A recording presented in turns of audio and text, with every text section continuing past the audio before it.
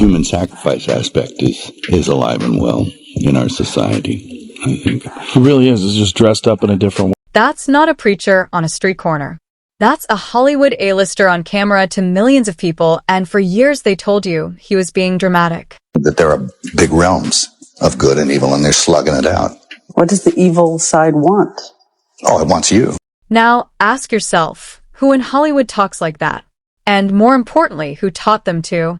There was something happening here that was bigger than just Jeffrey Epstein. Over 300 names, flight logs, private jets, blackmail. A network so deep it didn't just protect one predator, it protected all of them. Epstein, Weinstein, Diddy, and Mark Wahlberg has been warning you about exactly why they keep getting away with it. This is the story. Nobody has fully connected until now. Picture two boys, one from Uvalde, Texas. One from the streets of Dorchester, Boston. Two completely different worlds, two completely different upbringings. And yet somehow when each of them walked through the doors of Hollywood and got deep enough inside, they started saying the exact same things. Not in whispers, not in code, out loud on camera to tens of millions of people, and nobody listened. Mark Wahlberg came up hard. He wasn't handed anything. He scraped his way into this industry from the outside, which meant he arrived with something most industry insiders never had the ability to see it clearly. When you grow up on streets that teach you to identify danger before it shows itself, you develop instincts. And those instincts don't stop working just because someone hands you a film contract. From the moment Wahlberg got deep into Hollywood's machinery, he started seeing patterns that didn't add up. He saw the rooms where cameras never went. He sat in meetings where things were said that never made it to the press. He watched actors who were told to smile when every instinct in their body was telling them to run. He watched projects killed in boardrooms, not because they were bad, but because they were too honest. He watched people who asked the wrong questions suddenly find their careers stalling.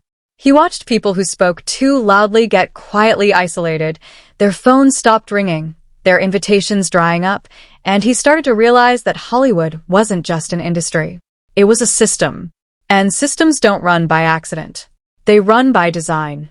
Now, here's the piece that most people gloss right over. Hollywood doesn't hate religion because of some philosophical disagreement about the existence of God. That's not what this is. This is structural. Think about it this way. A person anchored to a genuine moral framework, anchored to something bigger than themselves, is a person with a ceiling. A ceiling on what they'll do, a ceiling on what they'll agree to, a ceiling on what they'll stay silent about. And in an industry built entirely on mutual compromise, mutual access, and mutual secrets, a person with a moral ceiling is the most dangerous person in the building. I do not deny my faith. That's an even bigger sin. Mark Wahlberg said that on national television on the Today Show, and the room didn't applaud. It went quiet. Not reverent quiet, uncomfortable quiet. The kind of quiet that tells you everything you need to know about what that room thinks of a man who talks openly about what he believes because the machine understood something in that moment. This one wasn't going to be owned. Now, let's talk about the thing nobody wants to say directly.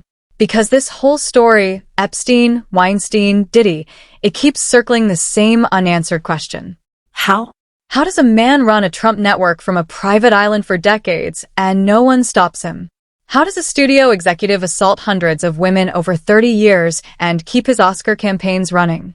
How does a music mogul throw parties that law enforcement is actively investigating while still collecting Grammy Awards and appearing at celebrity fundraisers?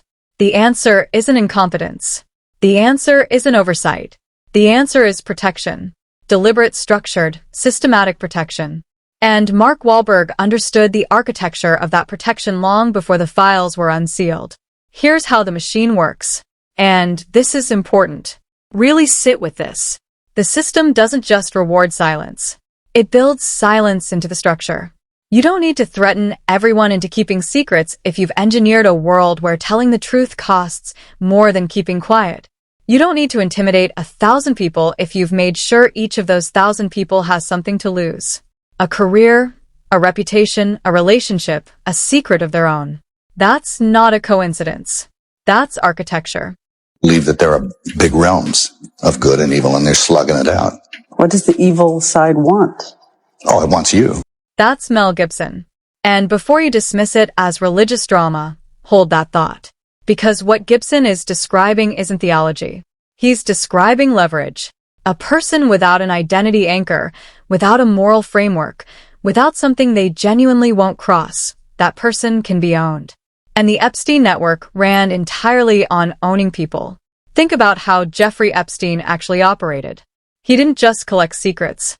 He collected relationships. He dropped celebrity names constantly. DiCaprio, Blanchett, Bruce Willis, Cameron Diaz. Not because those people were necessarily involved, but because dropping those names made vulnerable young women believe he was legitimate, connected, safe, untouchable. The celebrity access was a weapon. And the celebrities whose silence he purchased became involuntary accomplices in the grooming process just by staying quiet. Harvey Weinstein ran the same playbook.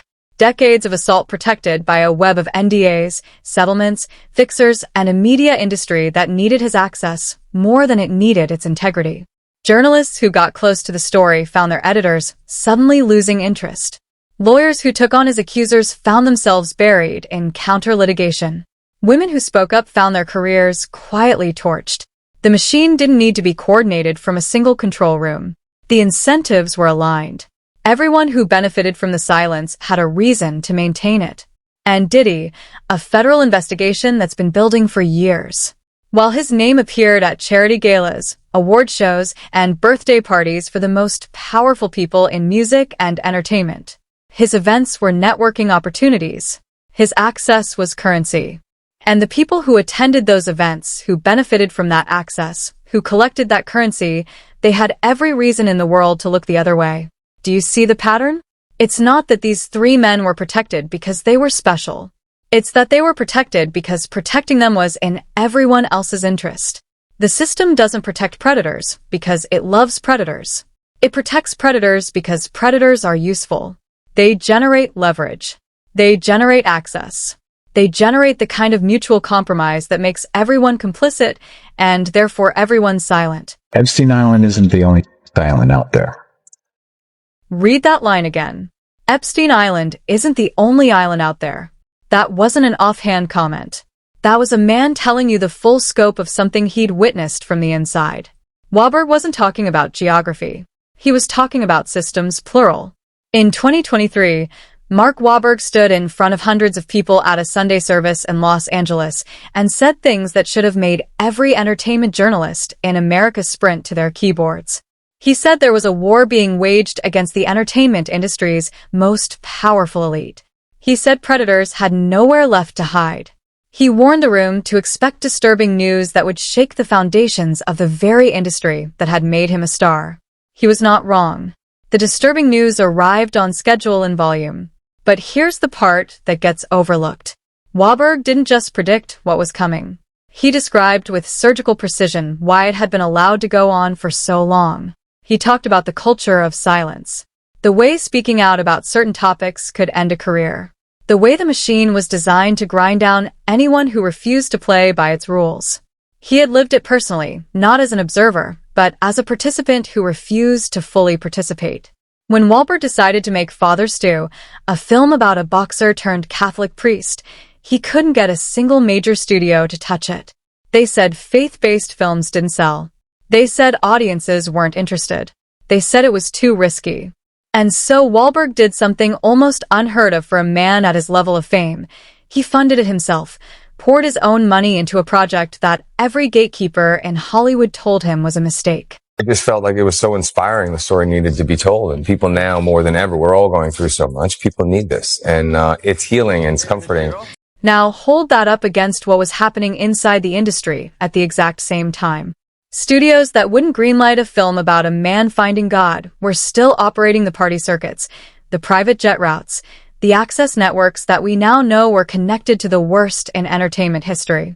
The same industry that called faith-based storytelling too risky was, as a matter of documented fact, protecting men whose behavior made Wahlberg's most intense on-screen moments look like a nature documentary.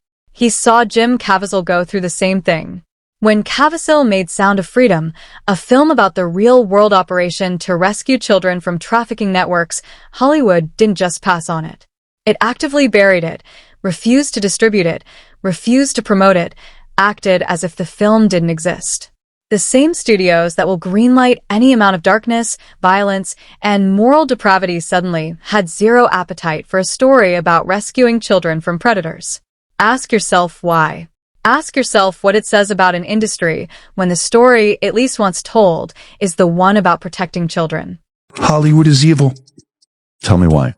No, just listen. I love you. Has it always been, or is it now? Always. Not recently. Not since social media. Not since the culture changed. Always. That word carries weight. It means the protection networks for men like Epstein, Weinstein, and Diddy weren't a modern phenomenon. They weren't the result of some recent moral collapse. They were built in from the beginning into the structure itself. Now, here's the part of this story that most people miss entirely, and it's the most important part because everyone frames the faith element of Wahlberg and McConaughey's public statements as personal, as spiritual, as something separate from the Hollywood machine story. It's not separate. It's the same story. Think about what we know from the Epstein files. The network ran on leverage. It ran on having something on people. The whole architecture depended on a mutual compromise. You attend the party. You get on the plane. You sign the NDA. And now you're in. Now you're protected. Now you're untouchable. And now you're complicit. Mutual assured destruction as a business model. You cannot leverage what someone has already made public. You cannot blackmail someone who has already confessed their convictions to the world. Wait, that's narration from the transcript. Let me pull the actual clip. A Declaration of Independence. That's exactly what it was. And the industry understood it as a threat. Matthew McConaughey articulated his own version of this at the Oscars in 2014. He stood at that microphone in front of the most powerful room in entertainment, and he thanked God by name, not the universe, not a higher power, God. And the camera cut away, and the silence was deafening. First off, I want to thank God, because that's who I look up to. He's graced my life with opportunities that I know are not of my hand or any other human hand. Dead silence in that room. One of the most acclaimed actors in the world on the biggest night of his career, and the people who run his industry couldn't bring themselves to applaud when he named his creator, because to that room, to the machine, a man who publicly names what he answers to is a man who has announced what he won't do. And in an industry that runs on getting people to do things they shouldn't. That announcement is not spiritual. It's political. It's structural. It's a problem. Signing a contract is selling our souls. They got contracts out there that say you can't say Jesus. Contractually prohibited, not frowned upon, not discouraged, written into legal agreements. Ask yourself what kind of industry puts a specific name in a contract's prohibited terms list. And then ask yourself what that tells you about why men like Epstein, Weinstein, and Diddy were able to operate so freely within it. February 2026, Attorney General Pam Bondi submits a list to Congress. Over 300 names, and the world stopped because this wasn't a Reddit thread. This wasn't a conspiracy forum. This was a government document, verifiable, searchable, real. And suddenly, every single warning that Wahlberg, McConaughey, Mel Gibson, Tyrese Gibson, and dozens of others had been dropping for years in interviews, in sermons, in the films they funded themselves, in the award show speeches that made rooms go quiet, stopped sounding like paranoia and started sounding like testimony. There are people connected through financial arrangements, alleged blackmail, attempted collaborations, and there are people whose names appear because Epstein used them, dropped their names as grooming currency to make himself seem legitimate to victims. I met him on that trip because it was his plane. I didn't know who plane we was getting on, but it was a whole bunch of dignitary people. We was with a delegation. That's Chris Tucker describing a trip he took that turned out to be on Epstein's aircraft. He didn't know, and that's precisely the point. The network was designed so that you could be pulled in without knowing you'd been pulled in. And once you were in, once your name was in a log, once your face was in a photograph, once you'd attended a dinner or a gathering connected to that world, you had something to lose. And the machine knew it. This is how the protection worked. This is the answer to the question everyone keeps asking. How did they get away with it for so long? It wasn't that the powerful looked the other way out of indifference. It's that enough of them had been woven into the fabric of access and compromise that speaking out would have meant pulling threads that unraveled their own stories. 2. Ritualistic behaviors, the drugging, putting girls in the suitcases, dumping them in alleyways. It's horrifying. And it's all done under the protection of this is going to be paid off. There's another NDA. They're under the protection of money, of silence, of an industry that rewards compliance and destroys dissent. That's not a metaphor. That's a documented operational system. And Wahlberg watched it run in real time for decades. Let's talk about what happens when you don't play along. Because Wahlberg isn't the only data point here. Mel Gibson went from being one of the most commercially successful directors in Hollywood history, the man behind Braveheart, the man who made The Passion of the Christ at his own expense because studios refused to fund it, to being systematically destroyed. The official story was the 2006 DUI incident. And yes, he said things in that moment that he has acknowledged and apologized for. But here's the timeline that matters. The industry's normal protocol for its golden assets is quiet rehabilitation. You manage the PR cycle. You give the person a path back. You protect the investment. Hollywood has done it for far worse. But for Gibson, the industry went scorched earth. Permanent total. And years later, he became one of the loudest public supporters of Sound of Freedom, a film about child trap that Hollywood had done everything in its power to bury. That's not a coincidence. That's a pattern. The industry doesn't just ignore truth tellers. It destroys them preemptively. It finds the lever, the scandal, the bad night, the out-of-context quote, and it pulls it hard so that when that person eventually starts talking about what they know, they've already been discredited. Bigger things at play here. And institutions that purport to touch on the divine are necessarily going to be affected by that slugfest that's going on between good and evil. Right. And sometimes good gives up ground. That line, say it slowly, sometimes good gives up ground. Because that is exactly what happened over the decades that Epstein, Weinstein, and Diddy operated. The people with platforms, with audiences, with the ability to say something true to millions of people. They stayed quiet. They attended the right parties. They kept the right secrets. They signed the right documents. Good gave up ground. Inch by inch, deal by deal, silence by silence. Except for the ones who didn't. The files are open now. Millions of pages, thousands of names, flight logs, emails, photographs, depositions from women who were recruited at modeling auditions by a man who used celebrity access as bait.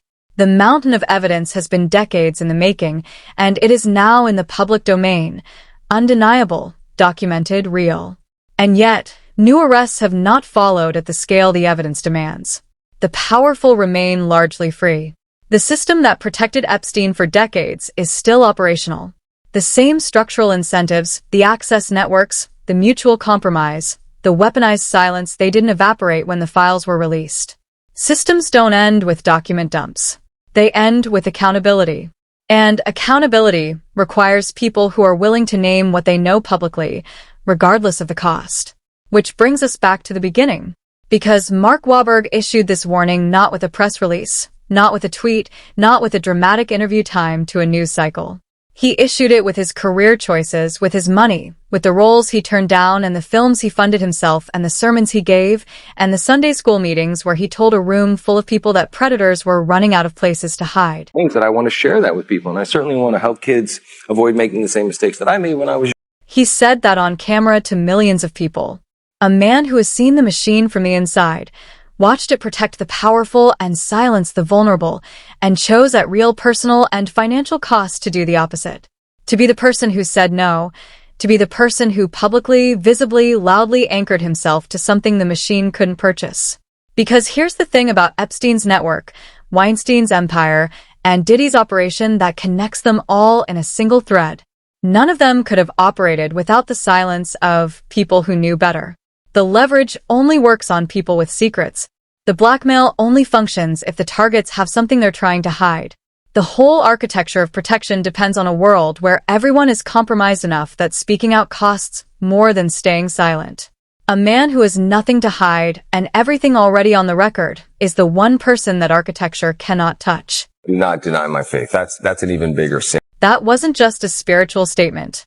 That was a man telling the most powerful industry in the world, I see you. I know what you're protecting. I know why you protect it, and I am not available for purchase. Mark Wahlberg warned you this was coming. He said predators had nowhere left to hide. He said the truth would come out. He was mocked for it. His career suffered for it. He paid a real price for being willing to say out loud what everyone inside the machine already knew. The question now is not whether he was right. The question is whether this moment of exposure leads to actual accountability or whether it becomes another cycle of outrage that the machine waits out like it has waited out every other cycle until the cameras move on and the silence is rebuilt from scratch. That's the question, and the answer, whatever it turns out to be, is going to tell us everything about what Hollywood actually learned. Drop your thoughts in the comments. And if this video opened your eyes to something you hadn't fully connected before, share it.